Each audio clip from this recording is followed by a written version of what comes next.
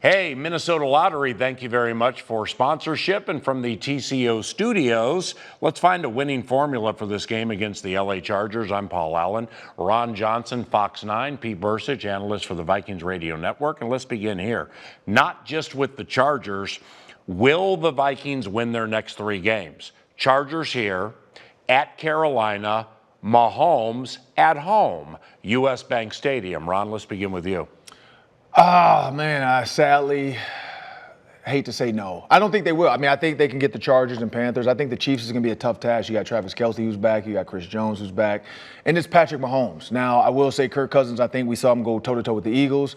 The Buccaneers team they should have beat. So it just depends on what team shows up. But I just feel like 2 out of the 3 is still good to go 2-3 through this stretch. I was hoping the Buccaneers would have been a win so you can reverse that. But it is what it is. But I think 2-3 out of that 5-game stretch is not a bad way to look at it. So if it were a can they, you probably would have a little bit of a different tone, but I said will we. Correct. I understand, Peter. And along those same lines, I would say no as well, that they're not going to win the next 3.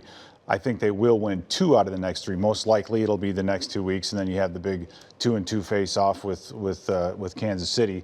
I think defensively, the way we're built and what we're doing is going to be better for us against teams like Kansas City, mobile quarterbacks, the mix-up with we keep 7, 8 guys on the line of scrimmage and sometimes rush 3, sometimes rush 7, sometimes, I think I love the way we mix that up. I just don't think that they'll have enough gas in the tank over the next 3 weeks to defeat all 3 opponents. Now, what about a hit the lottery type player in this LA Chargers game? Like I got my Vikings scratch off and here we are right here. And oh, looky here. I got a player wearing purple and gold who hit the lottery. Pete, who would it be? Well, I'm going to say Jordan Addison, and only because of the fact whoever is not covered by J.C. Jackson this Sunday is going to have a big day, right? I think I know they're struggling with Asante Samuel and some of the other options that they have at that number 2 corner position. They're also very, prone to play action, big plays. I mean, to me, that says Jordan Addison all day long.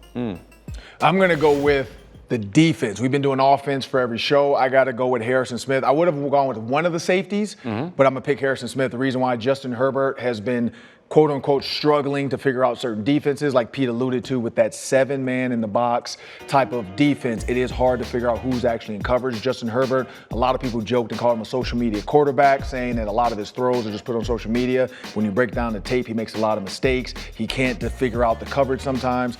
With this Brian Flores defense, if he can confuse Justin Herbert, I think the safeties can have a big game, so I'm going to go with Harrison Smith. Pete Bercich, Ron Johnson, I'm Paul Allen. So let me get this straight. In Justin Jefferson, we have an MVP candidate. In Jordan Addison, an offensive Rookie of the Year candidate, and we're 0-2.